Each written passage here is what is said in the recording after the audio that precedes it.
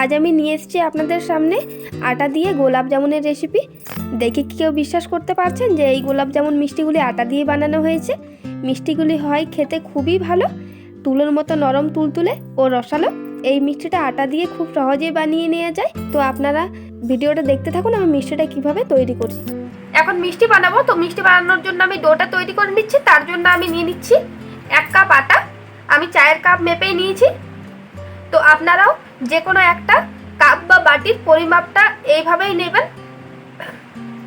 তো এখানে আমি যেহেতু মিষ্টিটা আটা দিয়ে বানাবো ওই জন্য নিয়ে নিচ্ছি 1 কাপ আটা। আর নিয়ে নিচ্ছি 1 কাপ গুঁড়ো দুধ। যে কাপ মেপে আমি আটা নিয়েছিলাম সেই কাপ মেপে আমি গুঁড়ো দুধটা নিয়ে নিয়েছি। আর এখানে নিচ্ছি 2টা এলাচ আমি গুঁড়ো করে রেখেছিলাম, এলাচের গুঁড়ো। আর এখানে কিন্তু মনে রাখতে হবে এলাচের গুঁড়োটা কিন্তু এই আটার সঙ্গেই দিতে হবে, তাহলে কি হবে আটার যে গন্ধ একটা সেটা কিন্তু থাকবে না, মিষ্টিটা খেতেও খুব ভালো হবে। তো শুকনো উপকরণগুলো আমি ভালোভাবে এখন একটু মিশিয়ে নিচ্ছি। এখন আমি দিয়ে দিচ্ছি বেকিং সোডা। তো এখানে আমি ভালোভাবে শুকনো উপকরণগুলো মিশিয়ে নিচ্ছি। শুকনো উপকরণগুলো আমি খুব ভালোভাবে মিশিয়ে নিয়েছি। এখন আমি দিয়ে দিচ্ছি এখানে 1/2 চামচ ঘি। ঘিটা দিয়ে আমি খুব ভালোভাবে এখানে শুকনো উপকরণটা ময়াম করে নেব। হাত দিয়ে খুব ভালোভাবে ডলে ডলে এটাকে মেখে নিতে হবে। এই মাখাটা যত ভালো হবে তত কিন্তু মিষ্টিটাও খুব ভালো হবে। আর এখানে আপনারা চেষ্টা করবেন ঘিয়ে দেওয়ার। আর যদি আপনাদের কাছে ঘি না থাকে তাহলে এখানে ওই রিফাইন তেলও দিয়ে দিতে পারেন, কিন্তু ঘিটা দিলে মিষ্টিটা খেতে খুব ভালো হয়। আর আটাটা মাখা হয়েছে কিনা সেটা কিভাবে বুঝবেন? তো আটাটা হাতে নিয়ে এভাবে যদি মুঠো করেন তাহলে কিন্তু দেখবেন আটাটা মুঠো হয়ে যাবে। তো তখন বুঝবেন আটাটা মাখা হয়ে গিয়েছে। তো এখানে আমার আটাটা খুব ভালোভাবে মাখা হয়ে গিয়েছে। আর এই ডোটা কিন্তু একটু চ্যাটচ্যাটে হয়েছে, কিন্তু কোনো ব্যাপার না। এটা আমি 5 মিনিট রেস্টে রাখবো। 5 মিনিট রেস্টে রাখার পর এটা একদম ঠিকঠাকভাবে সেট হয়ে যাবে। তো এটাকে আমি এখন 5 মিনিট রেস্টে রাখবো। মিষ্টি তৈরি করার জন্য আমি চিনি শিরাটা তৈরি করে নেব।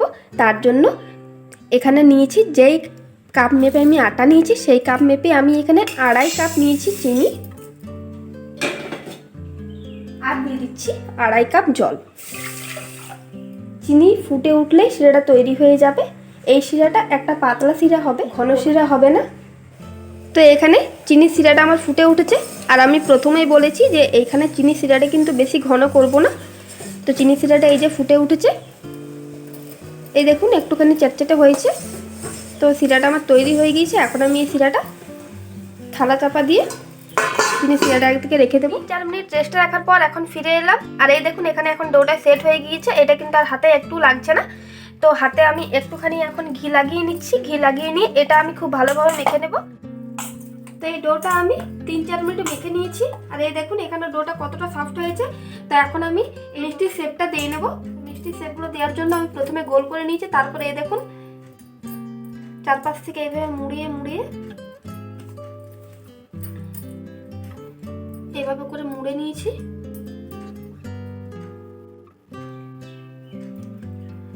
মুড়ে নেওয়ার পর এটাকে আমি ভালোভাবে গোল করে নেব।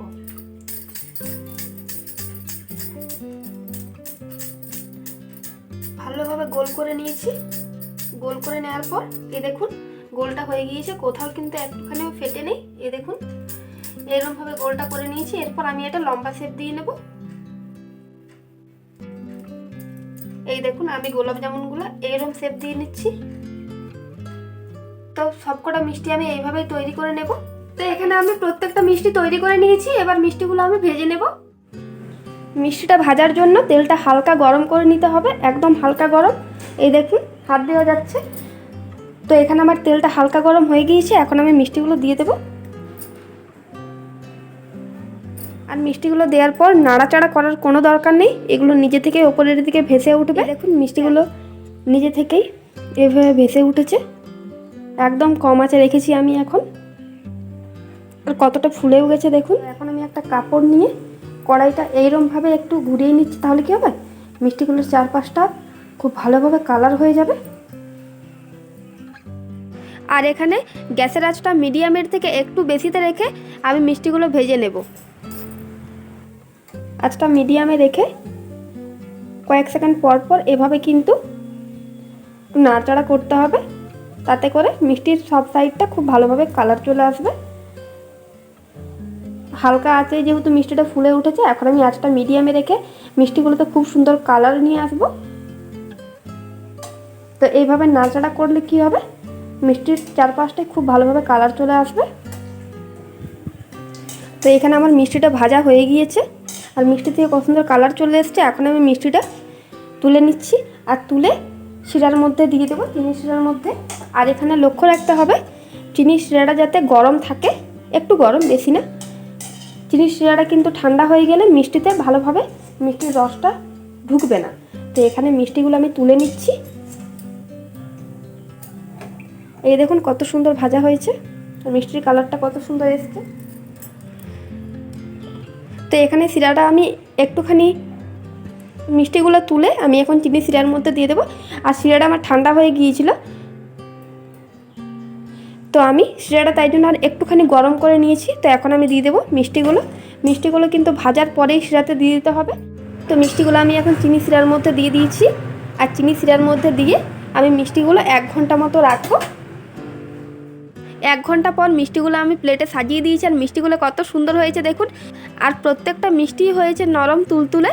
এই দেখুন মিষ্টিটা কত নরম তুলতুলে হয়েছে।